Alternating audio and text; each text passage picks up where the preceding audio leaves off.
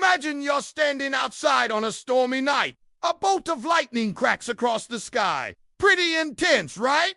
Now picture not one bolt, not 10 bolts, but every single lightning strike on Earth slamming into the exact same spot at the same time. Yeah, that's the kind of idea that makes Mother Nature go, "Are you sure about this?" Okay, let's set the stage. On average, our planet gets around 1.4 billion lightning strikes every year.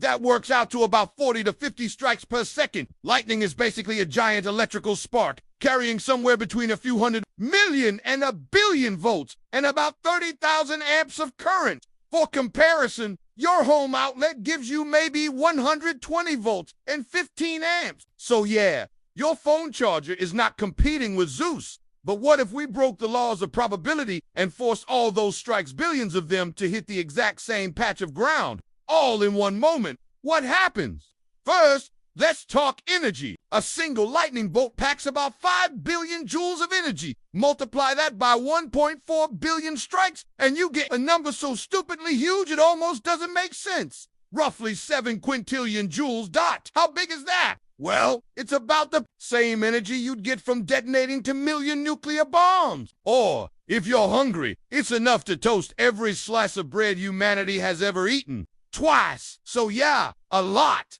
Now, let's say all this hits a single unlucky square mile. The very first thing that happens is, goodbye atmosphere. Lightning heats the air to about 5 times hotter than the surface of the sun.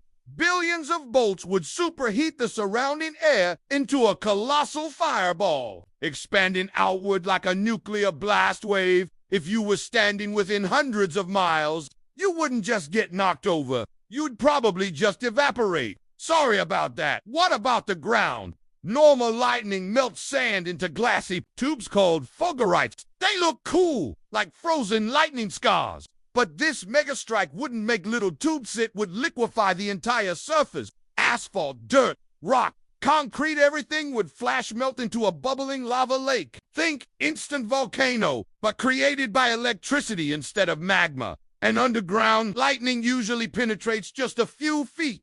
But with all the strikes combined, the current would bore deep, vaporizing water, blasting open rocks, and probably carving out a crater big enough to swallow a city. Basically, congratulations, you've just made a man-made meteor impact. Now, here's where it gets weird. All that energy has to go somewhere. And because the air and ground are conducting massive amounts of electricity, the strike zone might actually create a plasma plume, an enormous column of glowing ionized gas that shoots into the sky. Imagine a pillar of lightning climbing towards space, brighter than the sun, lighting up the entire hemisphere. From orbit, astronauts would see Earth blink like a camera flash from the moon, still visible on Mars.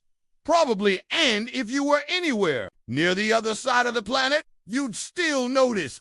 The shock wave would ripple through the atmosphere, bouncing around the globe like a bell being struck. The skies would thunder for hours, maybe days. So, could anyone survive nearby? Nope. Sorry. Anything in a radius of several hundred kilometers would be obliterated instantly. The heat, radiation, and shock wave would leave nothing standing. Farther away, the global atmosphere would shake, triggering storms, earthquakes, maybe even throwing enough ash and dust into the sky to cool the climate for a while. Congratulations, you're one lightning party. Just geoengineered the Earth. Here's the big reveal. Even though this is wildly impossible, the total lightning energy hitting Earth in a year is still tiny compared to the sun. The sun bathes us with about 173,000 terawatts of energy every second. Our lightning apocalypse, that's just a sneeze in comparison.